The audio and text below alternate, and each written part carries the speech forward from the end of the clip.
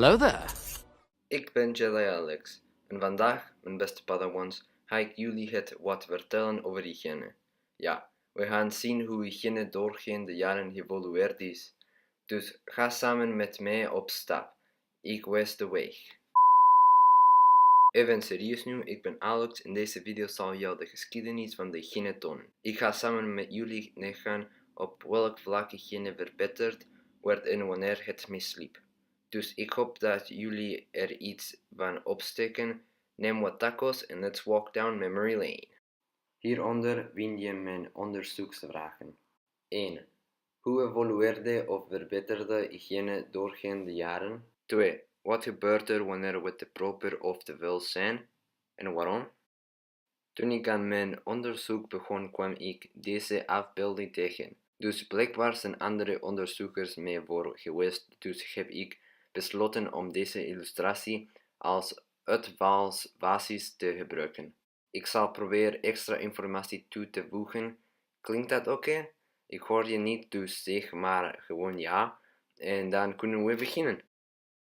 Om een antwoord te krijgen op de onderzoeksvragen moeten we teruggaan naar de tijd van de Egyptenaren. Dus springen met de tijdmachine en geef de datum in en we zijn vertrokken.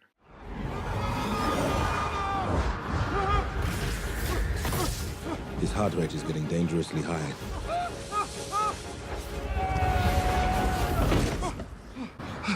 He looks alright to me. We zijn nu aangekomen in het jaar 4000 voor Christus. Hoe zijn ze al die jaren proper gebleven? Een van de redenen is make-up, maar niet de make-up zoals we die nu kennen. Ze gebruikten lood-make-up, maar dat is niet alles. Eigenlijk waren ze heel goed in hygiëne omdat ze het leven zagen als een feest.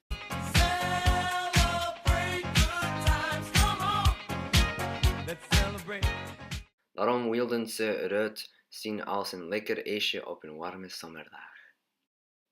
Ze vonden persoonlijke hygiëne erg belangrijk en daarom namen ze dagelijks een bad.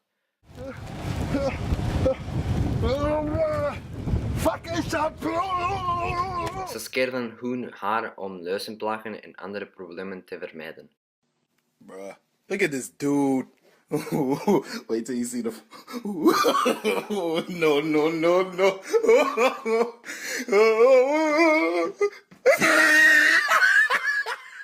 Ze gebruikten veel make-up, ruik en verschillende soorten munt. Je zou misschien denken dat dagelijks douchen goed is en dat is ook zo. We denken dat de Egyptenaren op zijn minst 1 douche per dag namen en zich daarna opmaakten. Deze schmink diende niet enkel om eruit te zien als Lady Gaga op die avond voor een belangrijk optreden. Nee, de make-up verbeterde hun gezondheid.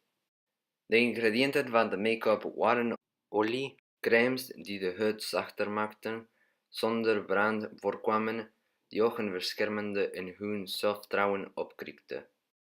Na zo'n make-up sessie zagen ze eruit als Katy Perry en de Dark Horse.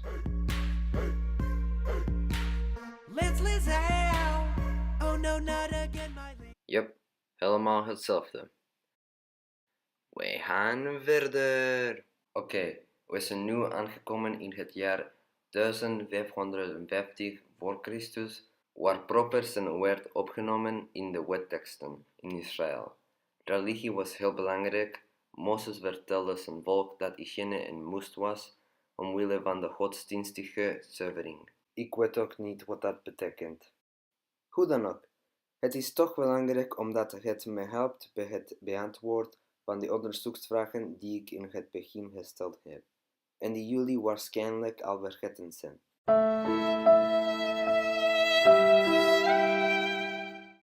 Wat zou er gebeuren als je te proper of te veel bent? Om dit te beantwoorden moeten we wat video's bekijken. Hoe dan ook, ik denk dat Darth Vader had kunnen winnen tegen Luke. Oh wacht, daar waren we niet over aan het praten. Wanneer je niet doucht, stinkt je. Maar hoe komt dit eigenlijk? Wanneer we niet douchen, blijven de dode cellen op onze huid. En onder die dode cellen zijn er een aantal proteïnen die de bacteriën heel erg graag willen eten en dat veroorzaakt de lichaamsgeur. Daarom ruik je soms als een varken. Onze huid zal bedekt worden met olie, vuil en bacteriën. Dus als we een wondje hebben, dan gaan de bacteriën hierin en veroorzaken allerlei vieze problemen. Er kan acne optreden, er een schimmel tussen je tenen en heel misschien krijg je wel intertrigo. Wat een ernstige aandoening is. Dus dit klinkt allemaal erg vies. Dus kijk wanneer ik je het vraag. Ook al wil je het liever niet. Oké, nu mag je kijken. Oh, sorry, foute afbeelding. Hier is de juiste. Dus dit kan jou overkomen op heel veel delen van je lichaam. Zoals je lies, je oksels, onder de borsten, tussen huidplooien, op je buik en op je voeten. Het ziet er erg pijnlijk en vies uit, dus neem nu gewoon een douche. Nu zijn we in het jaar 500 voor Christus en de Grieken vonden de piespot uit. En privétoilet. De potjes die we ook voor onze baby's gebruiken. Het betekende een grote stap vooruit van de publieke toiletten die de Romeinen gebruikten. Nadat ze kaka gedaan hadden op hun pot, gooiden ze hun ontlasting weg in de wildernis en wasten ze de pot met water. Ze gebruikten ook andere manieren om hun achterste te reinigen, die echt heel wat beter waren dan de spons van Wheeler. Eindelijk zijn we aangekomen in de periode dat er echt vooruitgang te merken is op vlak van hygiëne. Ik denk aan het gebruik van toiletpapier en tandenborstel en meer fantastische dingen die we vandaag de dag nog steeds gebruiken.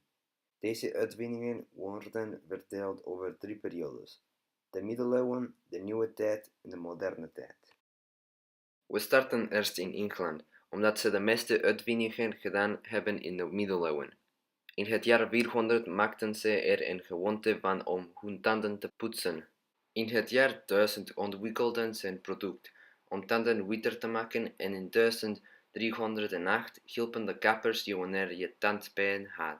Ze waren dus eigenlijk de voorlopers van de tandartsen. Wat zijn nu de voordelen van tandenpoetsen? Wel, je tanden zien er mooier uit omdat je al het eten, bacteriën en andere dingen wegpoetst. De dingen die je wegveegt zijn de dingen die je tanden heel maken. Dit zijn een aantal dingen die je kan vermijden door flink de tanden te poetsen.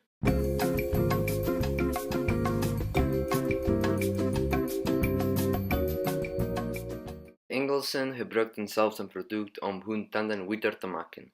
Ze wrijven hun tanden in met gemalen visgranten en daarna zouden ze spoelen met azijn en zwavelzuur.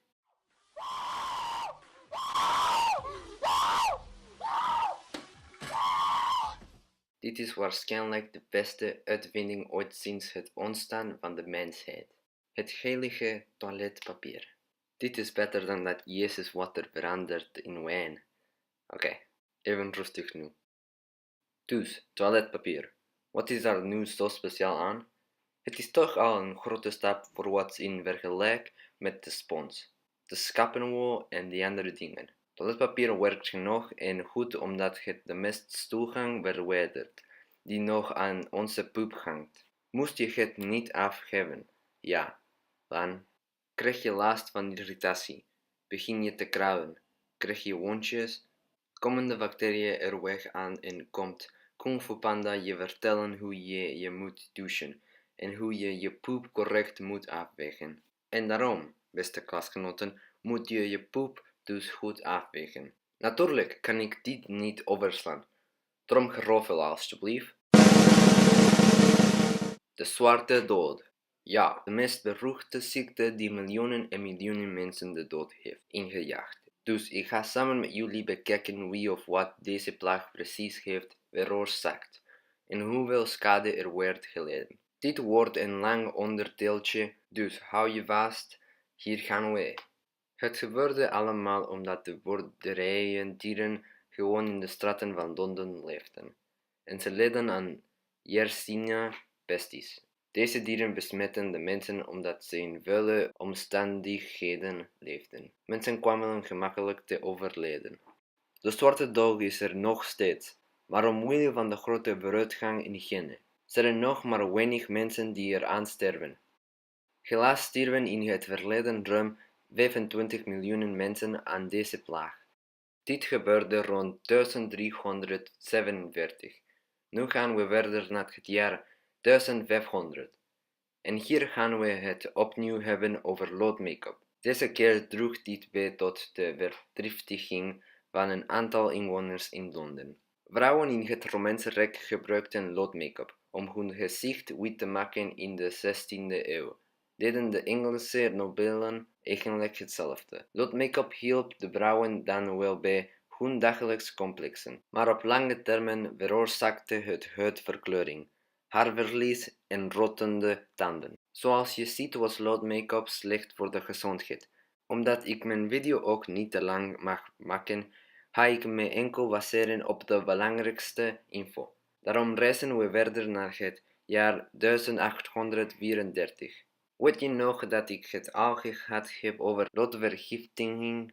Dit zegt de Wereldgezondheid over loodvergiftiging. Lood is een opgehopend gif dat effect heeft op verschillende lichaamssystemen en het is vooral gevaarlijk voor jonge kinderen. Lood in het lichaam wordt naar de hersenen gebracht, de lever, de nieren en de botten. Het wordt opgeslagen in tanden en botten waar het dus ophoopt in de tijd. Lood in onze botten wordt in het bloed vrijgegeven tijdens de zwangerschap en heeft dus een groot risico op de fetus. Er is geen enkele loodhoeveelheid die als veilig beschouwd kan worden. Blijkbaar kwam deze info niet aan, want de mensen bleven dus water drinken met lood erin. Didn't you get the memo? Tot op een dag iemand besefte dat het water de mensen vergiftigde en dus stopten ze ermee. It's time to stop! De uitwinning van het toilet was erg belangrijk. De mensen dupten daarvoor hun ontlasting in een sceptische put, en dit veroorzaakte heel wat. John Harrington ontwikkelde het toilet, maar zijn ontwerp spoelde de uitwerpselen niet door met water. Dus eigenlijk belandde het afval opnieuw in sceptische putten waar het ziektes bleef veroorzaken. Wat moderner de wc's zoals we ze nu kennen, hebben behoorlijk wat gebreken die een invloed hebben op onze gezondheid en onze omgeving. Waarom is het toilet zo'n wonderloos ding vol stront? Wel, er zijn enkel één reden. Toiletpapier is niet het beste materiaal om onze achterste te reinigen. Toiletpapier een nutteloos manier om je achterste te reinigen? Ik wil niet te visueel worden nu, maar het smeert gewoon meer dan dat het reinigt. Water gebruiken is veel doeltreffender en het geeft een therapeutisch effect op beschadigde huid.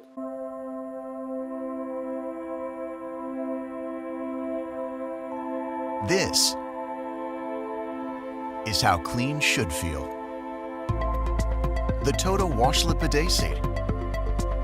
One innovation that changes everything. Discover a refreshing revolution at washlet.com. Wow! We zijn klaar. We bekijken goede en minder goede uitvindingen.